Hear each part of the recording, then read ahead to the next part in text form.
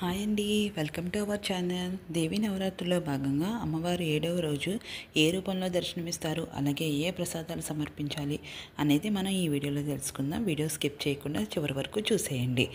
దేవి నవరాత్రుల్లో భాగంగా అమ్మవారు 7వ రోజు కాళరాత్రి రూపంలో భక్తులకు దర్శనమిస్తారు. నవరాత్రుల్లో 7వ రోజు చాలా విశేషమైనది. అలాగే దేవీ నవరాత్రుల్లో 7వ రోజు విజయవాడలో అమ్మవారు సరస్వతీదేవిగా దర్శనమిస్తారు. దేవీ నవరాత్రుల్లో విజయవాడలో ఈరోజు సరస్వతి అలంకారంగా అమ్మవారిని పూజిస్తారు.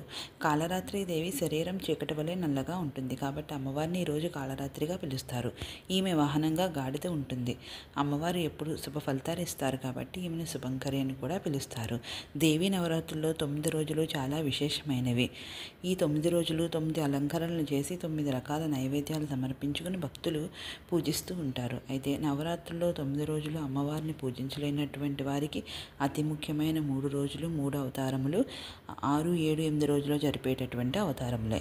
అయితే ఈరోజు ఆశ్వయుజ మాస శుక్లపక్ష సప్తమి మూలా నక్షత్రం చేత ఈరోజు అమ్మవారు సరస్వతీదేవిగా పూజిస్తారు.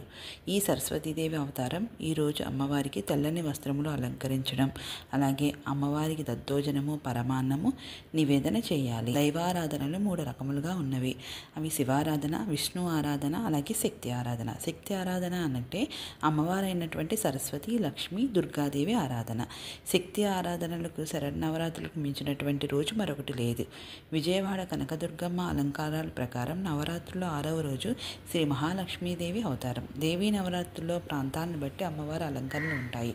అంటే 6వ రోజు అంటే నిన్న అమ్మవారు శ్రీ మహాలక్ష్మీదేవి అలంకరణలో భక్తులకు దర్శనం ఇచ్చారు.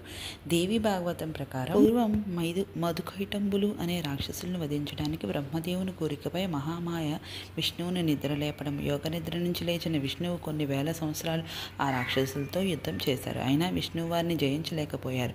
ఆ పరిస్థితిని గమనించిన మహాదేవి ఆ మధుకైటంబులు రాక్షసులను మోహపూరితులను చేసింది. దాంతో వారు మహావిష్ణువుని మెచ్చుకుని నీకు ఏ వరం కావాలి అని అడిగారు.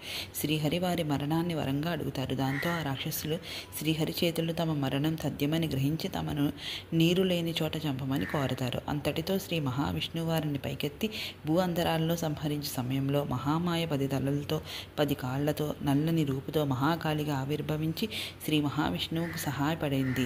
ఈ విధంగా మహామాయ అయిన అమ్మవారు శ్రీ మహావిష్ణువుతో కలిసి రాక్షస సంహారం చేశారు. కంస సంహారంకు సహాయపడుటకై నంద అనే పేరుతో నందునింట ఆవిర్భవించారు. శ్రీకృష్ణుడికి సహాయపడ్డారు. చండముండులను సంహరించిన చాముండి, లోకాలను కరువు నుంచి రక్షించినందుకు శాకాంబరి, దుర్గుడు అనే రాక్షసుడిని సంహరించినందుకు దుర్గగా, ఇలా నవరూపాలను అమ్మవారు అవతారాలుగా చెప్తారు.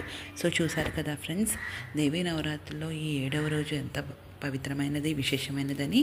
సో ఈ రోజున అమ్మవారిని పూజించి మనం విశేష ఫలితాలు పొందుదాం. వీడియో నచ్చితే లైక్ చేయండి, షేర్ చేయండి, సబ్స్క్రైబ్ చేసుకోండి. Thanks for watching.